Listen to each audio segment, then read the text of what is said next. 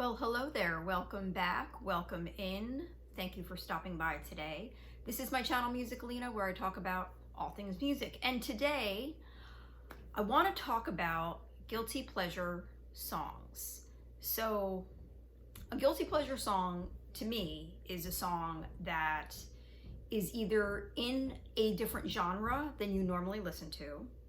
Like, let's say you hate country music, but there's one country song that's like real twangy that you secretly love.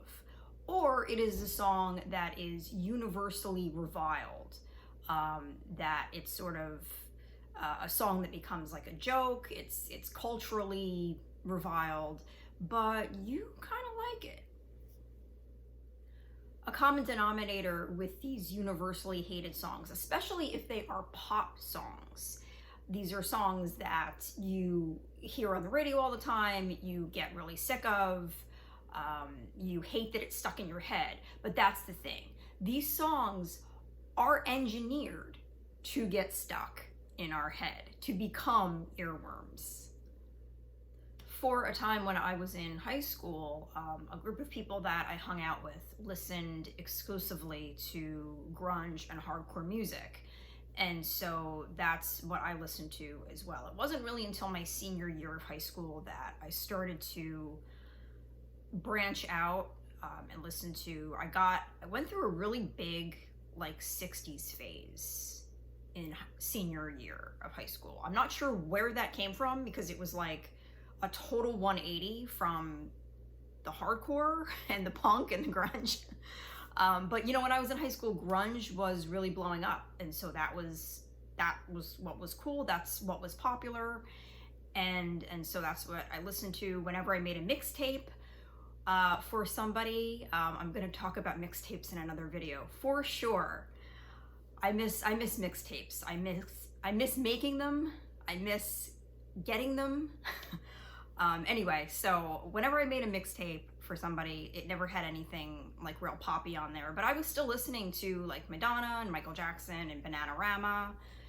But I wasn't really talking about it with anybody. I wasn't really talking about any of that music at that time with anyone. Of course, nowadays, I just listen to whatever the hell I want to. I listen to lots of pop in addition to rock and metal music. I will list in the description box below some of my favorite current songs.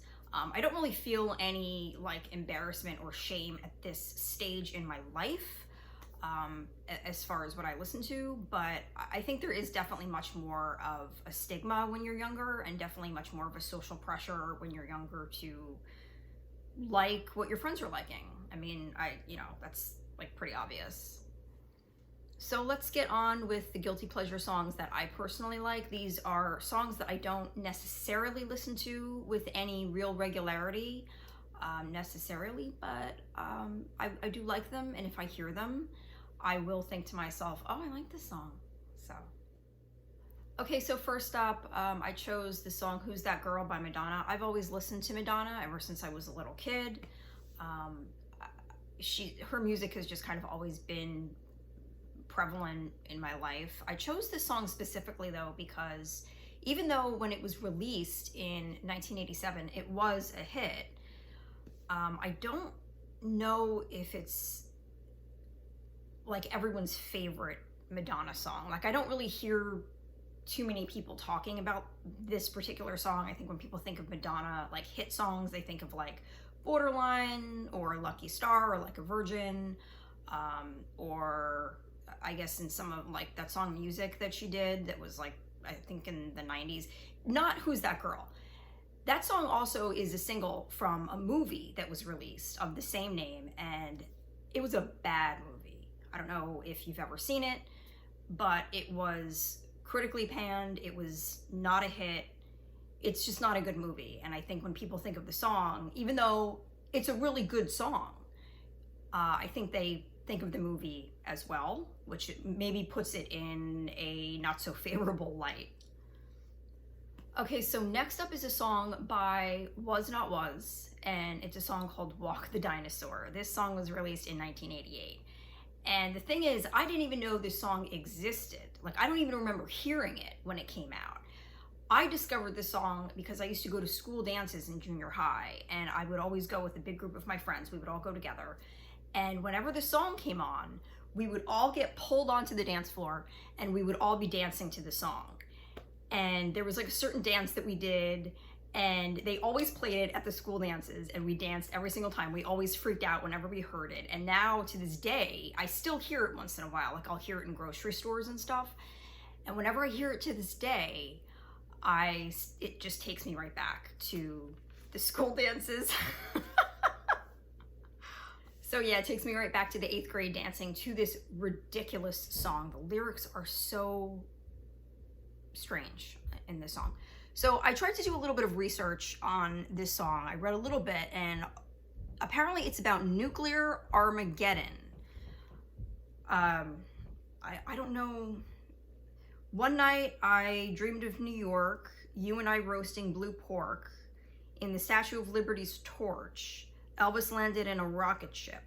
I'm not really seeing a connection. I guess that's blue pork. I guess in after the nuclear apocalypse, we will be eating blue pork. I guess that's maybe like where the world is all topsy-turvy. I don't know where the dinosaurs are coming in, that the dinosaurs have suddenly been resurrected because of a nuclear explosion a la Godzilla. But is it just one dinosaur, or are there going to be a lot of dinosaurs, like the whole group of, I don't know.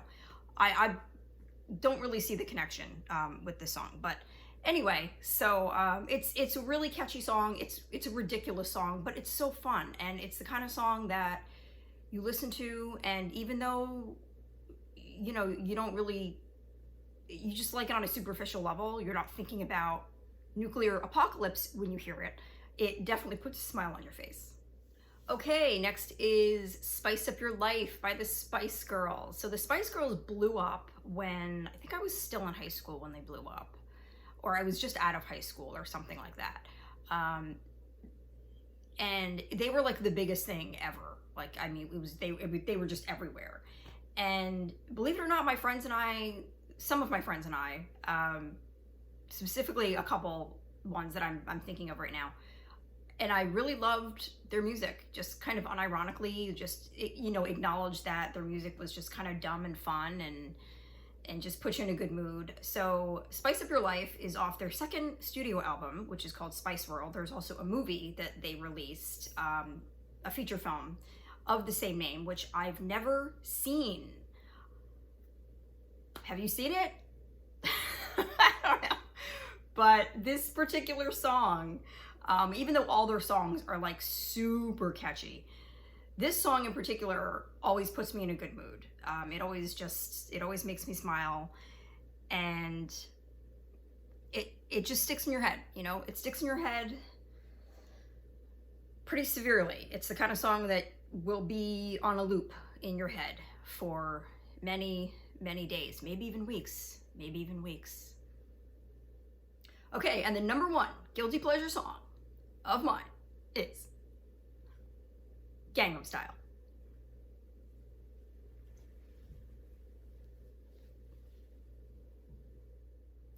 Hey, sexy lady. Okay, so did you know that this song has 3.8 billion views on YouTube? Billion with a B. Yeah. So this song was released by an artist called Psy in 2012. I thought this song was released like a lot earlier than that, because this song has very like late 90s, early 2000s vibes to me. I was kind of surprised when I read that.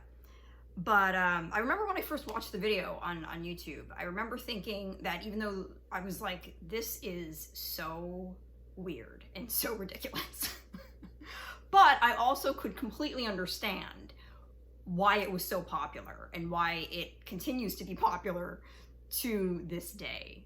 Something else I found interesting upon rewatching this video on YouTube is the likes to dislikes ratio on YouTube. It's got 20 million thumbs up and 2.6 million thumbs down. Okay, so to all y'all who gave that video the thumbs down on YouTube, you know that you like that song. That's shame that you feel inside, okay? Because you can't properly express your love for that song. You know that when that song first got in your head, you were like, oh God, get it out. But then you started to accept it. You decided to just kind of go with it. And you realized that you actually liked that it was in your head. So those downvotes that you gave, that's not really what you feel in your heart. That's it. Those are my biggest guilty pleasure songs. I'm sure I could think of more. I might do a part 2 at some point. So let me know down below, what are your guilty pleasure songs? What are the songs that you secretly like? Of course, if you make a public comment, it won't be so secret anymore. But that's okay. That's okay. This channel hasn't blown up yet, so not too many people are gonna see it. So don't worry about it. Anyway, thank you so much for watching, and I will see you guys next time. Stay safe. Bye.